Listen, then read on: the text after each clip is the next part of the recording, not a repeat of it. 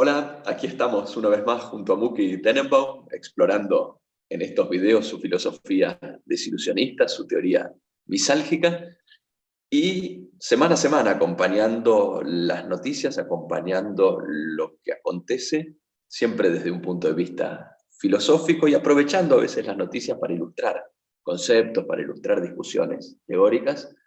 Estamos ya promediando abril del 2021 y vamos a retomar la continuidad de una noticia de la que ya hemos hablado en estas entregas semanales, y es la noticia que tiene que ver con el despliegue de la vacuna de AstraZeneca, la vacuna desarrollada en Oxford, a través sobre todo de los países de la Comunidad Europea, y de ciertos hallazgos, ciertas dificultades, ciertos retrocesos, ciertas decisiones, pero vamos a hablar de esto en un sentido especial, que tiene que ver con un dilema que ahora se presenta, porque efectivamente la vacuna, como se temía, está relacionada a ciertos casos de problemas de salud que pueden derivar en la muerte.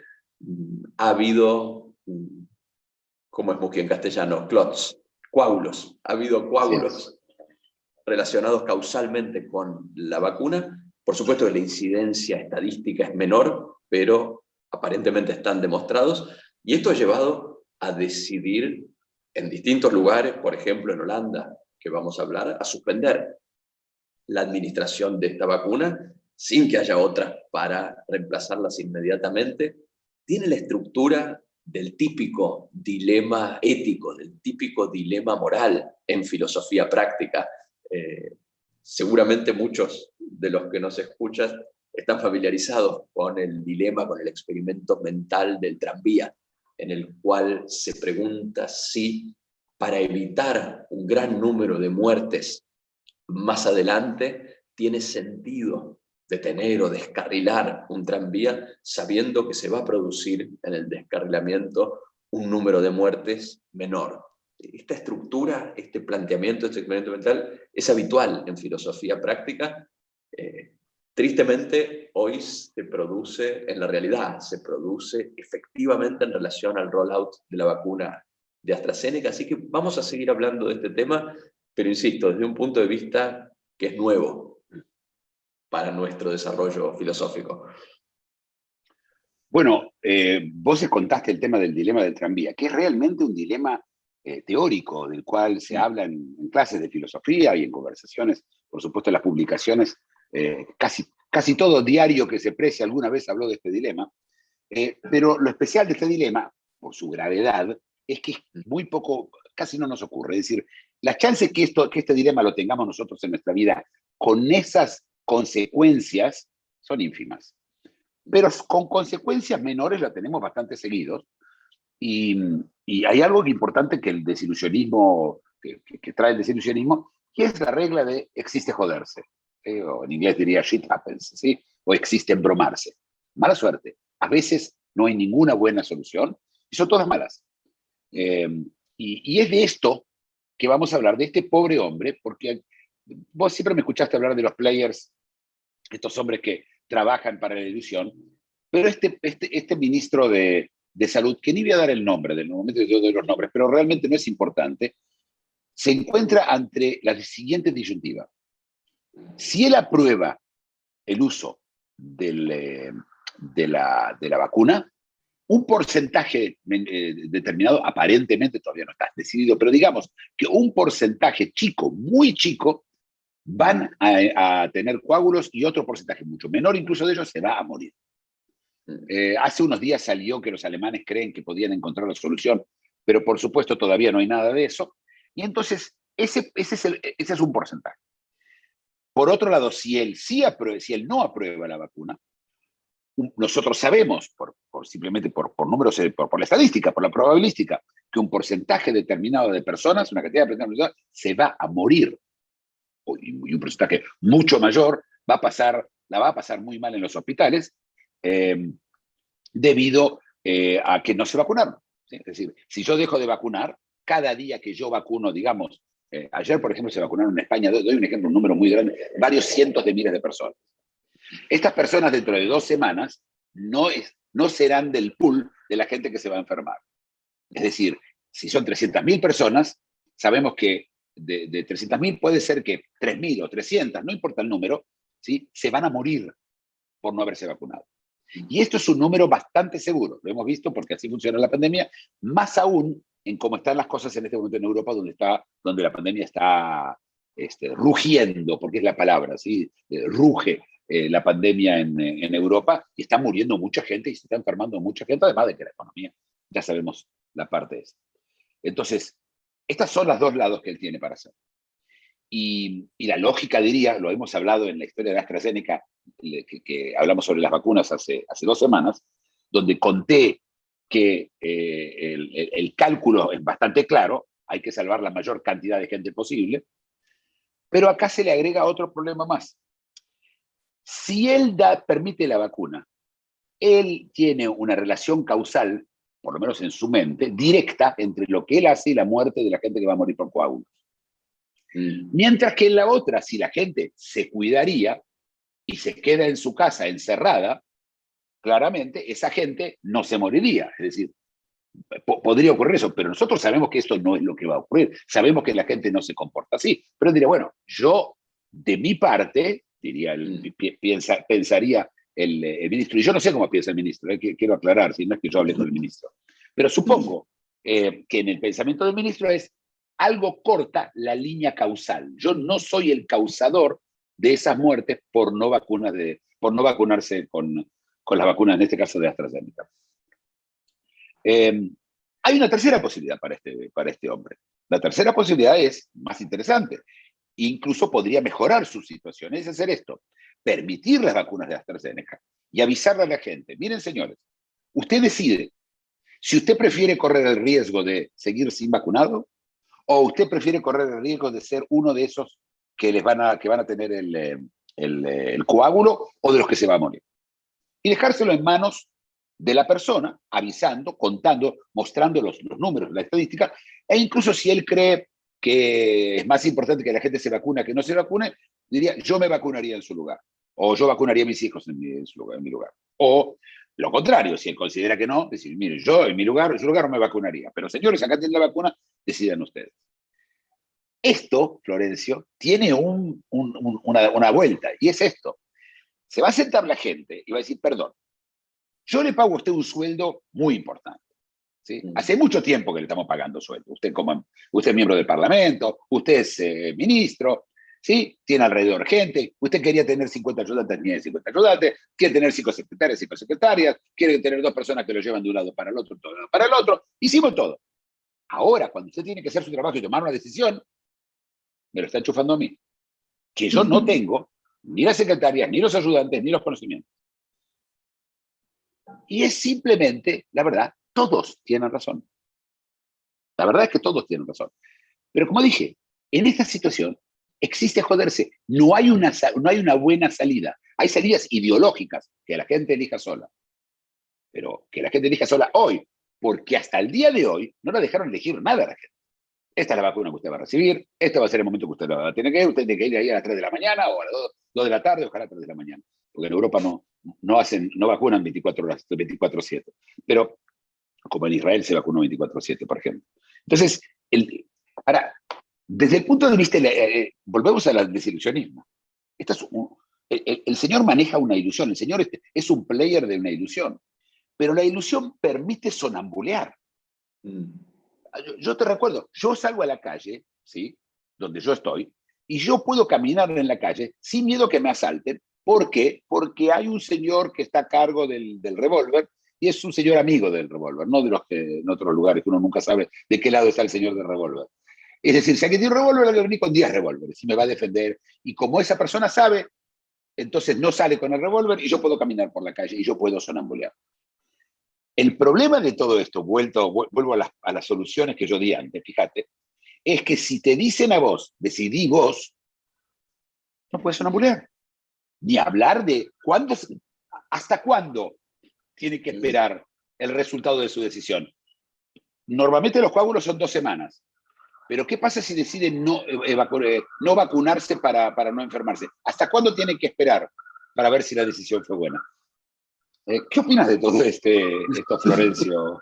Es, tiene justamente la estructura de una aporía, ¿no? La estructura de uno de esos dilemas de los que es prácticamente imposible salir. Pero te pregunto en relación a esto último, a la parte, al papel misálgico, al papel pro-sonambúlico de los players y de las ilusiones, que es parte de lo que está amenazado, ¿no?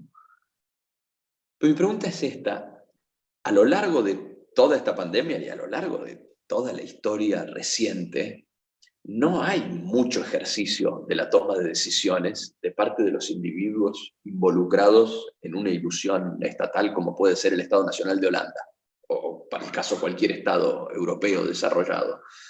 Entonces, mi pregunta es si esos mecanismos no están atrofiados por falta de uso, si no hay una dificultad ahora pedirle a la población, además de que no la deja sonambulear, además de que en algún sentido es un incumplimiento del pacto tácito que existe entre los players y el resto de los individuos, si no está arruinado ya el mecanismo al cual, el engine al cual el player le pediría, mire, decide usted si ahora se va a dar o no se va a dar la vacuna, siendo que venimos de meses de pandemia y de años en realidad, en los cuales las decisiones bajan ya completas, ya tomadas, del player, del que gobierna, a los gobernados.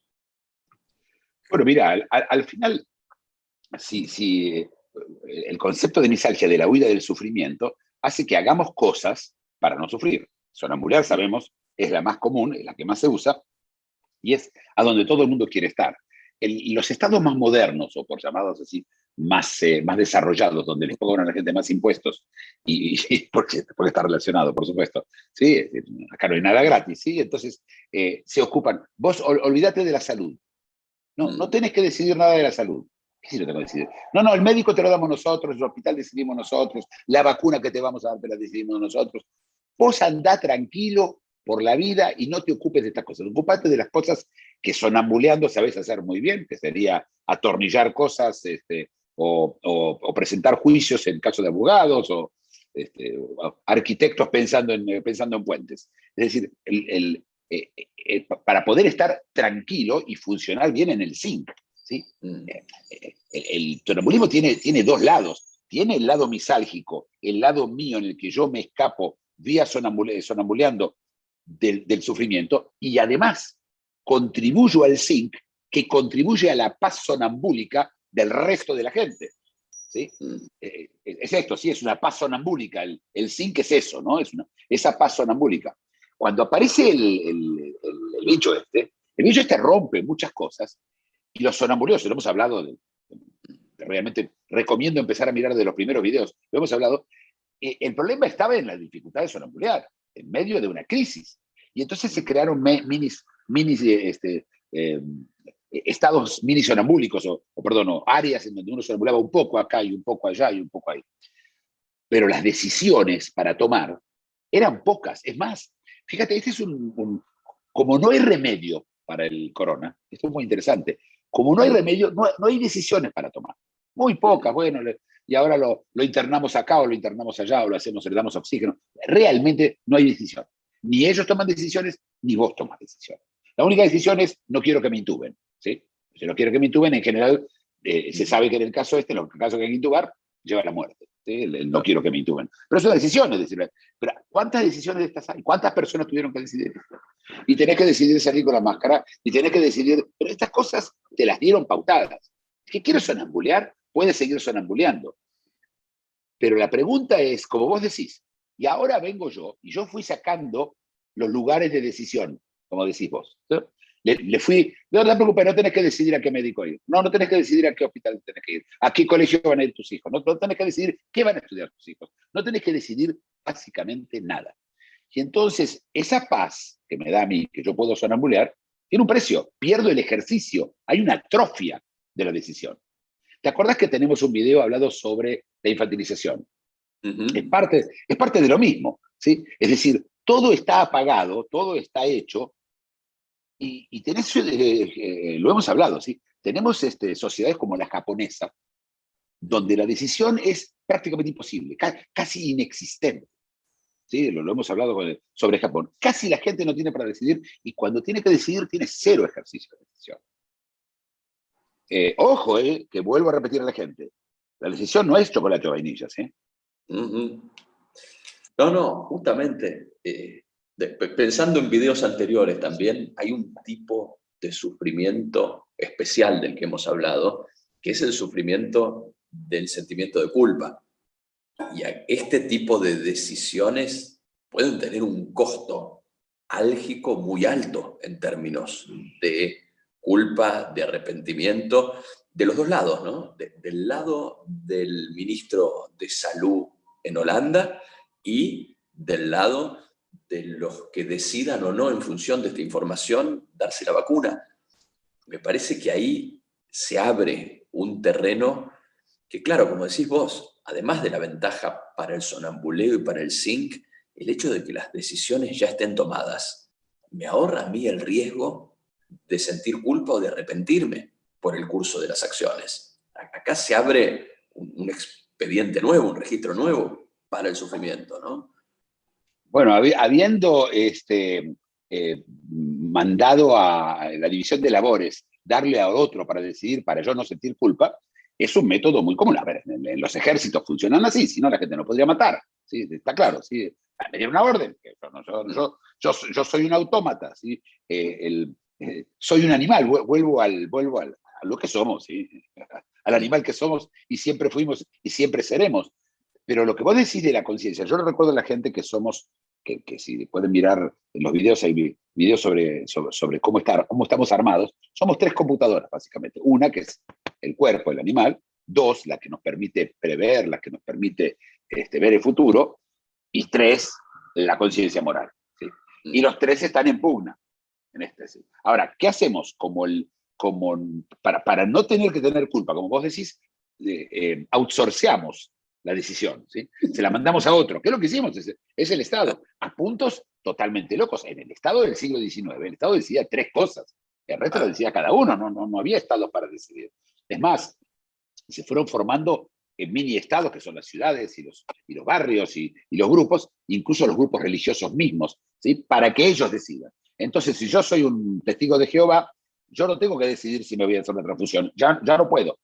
¿Sí? Y si yo soy un judío religioso, no tengo que decidir entre comer entre cerdo y pescado, porque el cerdo no puedo. Ese tipo de decisión que vos entregas, cada vez que vos haces eso, perdés el músculo de la decisión. Y es cierto que desde el punto de vista de la conciencia, vos nombraste dos partes y yo te digo que son tres.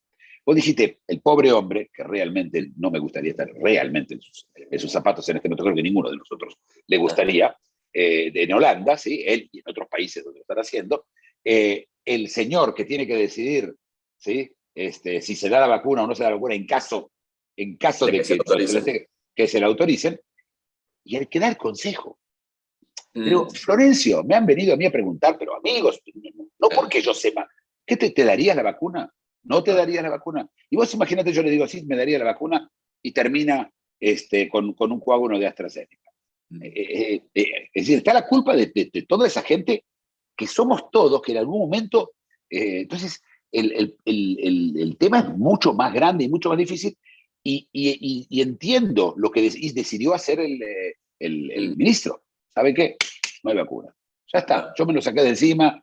Es cierto, la gente que se va a morir, pero yo no quiero vivir con el coágulo, y seguro no se lo quiero dar a la gente a decidir, que además, mira, te doy un ejemplo más de algo que pasó hoy. Serbia tiene muchas vacunas, pero la gente no se está vacunando. Ganaron los antivacunas. Solo un cuarto de la población se vacuna.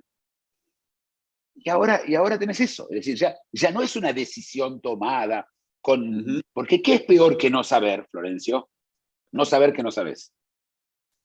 Y esto se agrega a toda la dimensión, ¿sí? Y ahora sonambuleo en la ignorancia. Bueno, probablemente no va a terminar muy bien. Pero bueno, cada uno huye como puede de los sufrimientos, ¿sí?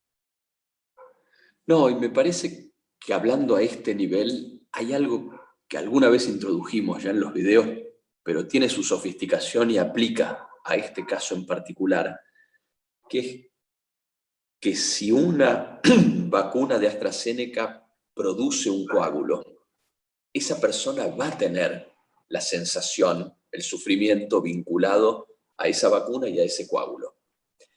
Si una vacuna produce la inmunidad y la persona, habiendo estado expuesta al virus, no se contagia y no se enferma, o se contagia pero el cuadro no es un cuadro grave que requiere internación, ese alivio no se siente. Ahí hay algo que no es simétrico de un lado del otro. Me parece que lo habíamos hablado en el aire, esto como abstracción, pero acá hay un ejemplo muy concreto de un sufrimiento vivido, sentido, y de un alivio que en realidad no llega, ¿no? Uno no se felicita de no haberse contagiado. Es muy difícil esa situación, ¿no? De hecho, la gran mayoría de gente que no se contagió no está vacunada. Claro, este es el hecho. Es el hecho, ¿no? También, viste, la gente tiene que estar, le está pidiendo a la gente que haga también, piense en gravedad, ¿sí? Y entonces algunos te dicen, no, mira, es una gripecita. En serio, no es tan grave. Bueno, si fuera una gripecita no estaría muriendo toda esa gente, si fuera una gripecita. No estarían todos intubados, no faltarían camas en Francia, donde está colapsando Francia, el mejor sistema médico probablemente de toda Europa, ¿sí? Colapsando. Es decir, si fuera una gripecita. Por el otro lado, no es ébola, ¿sí? Vos no ves a la gente, te lo hemos hablado, ¿no? Vos no ves a la gente enferma. Si la gente estaría chorreando de sangre hemorrágica de los ojos en la calle, yo te aseguro que todo el mundo estaría vacunándose, los antivacunas, todos. Pero no es lo suficientemente grave. Muki, ¿estás a favor de que sea más grave? No, estoy a favor de nada. Ni yo decidí cuál es la gravedad, ni al decirlo estoy cambiando el nivel de gravedad. Pero es así. Entonces, la gente, como vos decís, la gente que se vacuna y después no tiene la enfermedad, es casi, ¿viste? Es como sacar un seguro, Florencio. Con la diferencia que en el seguro vos podés decir, pasó un año y yo no choqué, pasó un año y no se me quemó la casa. Pero acá, pero perdón, y si no sacabas el seguro, si sacabas el seguro, la sensación es que ¿para qué sacar el seguro? Lo que pasa es que con la vacuna no podés saber si no fue esto lo que te evitó enfermarte. Lo que evitó. ¿Ok? Es difícil, es distinto. Fascinante. Seguiremos. Esto no, Sí, no ha terminado. Pero, viste, parece como siempre volvemos al tema de las vacunas y de AstraZeneca, pero la verdad es que cada vez habla de otro tema AstraZeneca, ¿sí? Por eso volvimos a esto, a la compañía. No sé si la vacuna sirve, pero para el desilusionismo es muy útil como ejemplo los para la videos. filosofía es espectacular. Como ejemplo, es excelente. Bueno, sí. Hasta la próxima. Un saludo a todos. Chao. Si te gustó el video, dale like y suscríbete. Síguenos en Facebook y en LinkedIn.